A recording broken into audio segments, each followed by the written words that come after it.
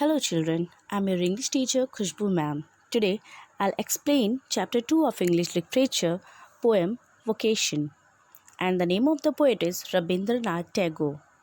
In this poem, a child compares his life to that of a hawker, a watchman and a gardener.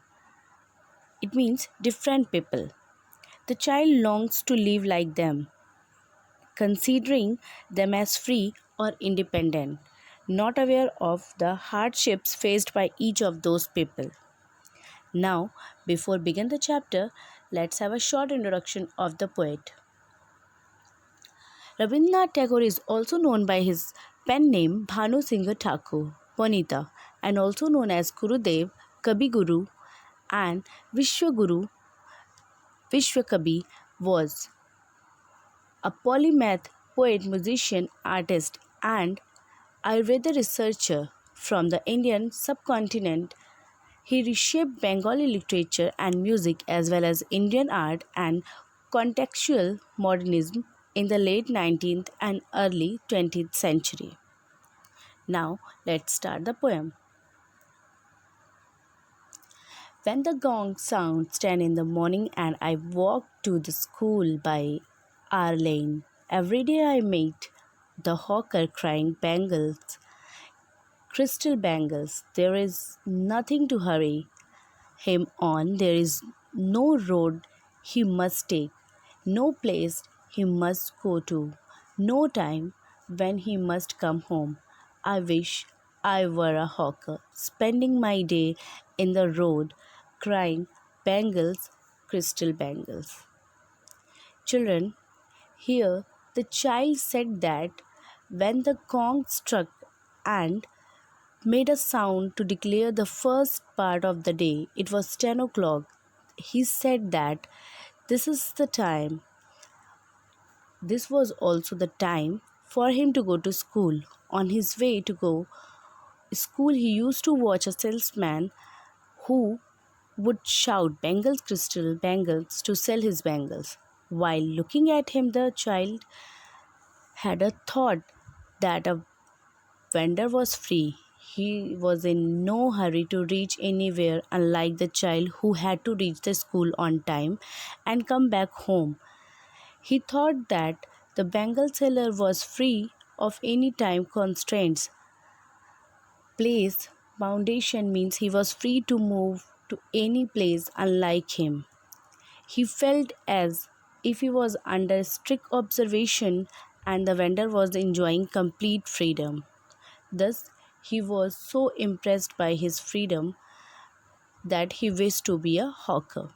He wished to move freely, to shout and just like him in the streets. Next is when at 4 in the afternoon I come back from the school, I can see through the gate of that house that gardener digging the ground. He does what he likes with his spade. He soils his clothes with dust. Nobody takes him to task if he gets baked in the sun or gets wet. I wish I were a gardener digging away at the garden with nobody to stop me from digging. Children, here the child after coming back from school at 4 in the afternoon noticed the gardener through the gate of the house. He would peep out and notice him digging soil. Here the child was attracted by his freedom to be in the dust and do things of his choice with his tools. He thought that the gardener had the freedom to dirty his clothes with soil, play with his tools, stay in the sun for longer hours, get wet with sweat, or do anything, and he was not getting any punishment for all these things. Whereas, if he would have been punished for all this, so completely unaware of the hardship of the worker, he was attracted to be a gardener, to do things of his choice, and no one around to stop him.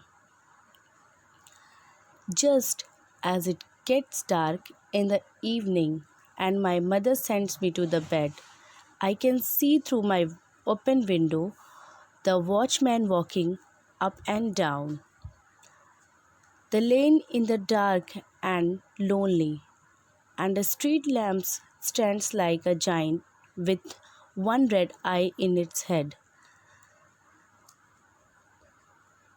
The watchman swings his lantern and walks with his shadows at his side and never once goes to bed in his life. He would move his lamp from one side to another. His shadow was also visible on his side while he walked. The child thought that the watchman would never have slept at night all his life. I wish I were a watchman walking the street all night, chasing the shadow with my lantern.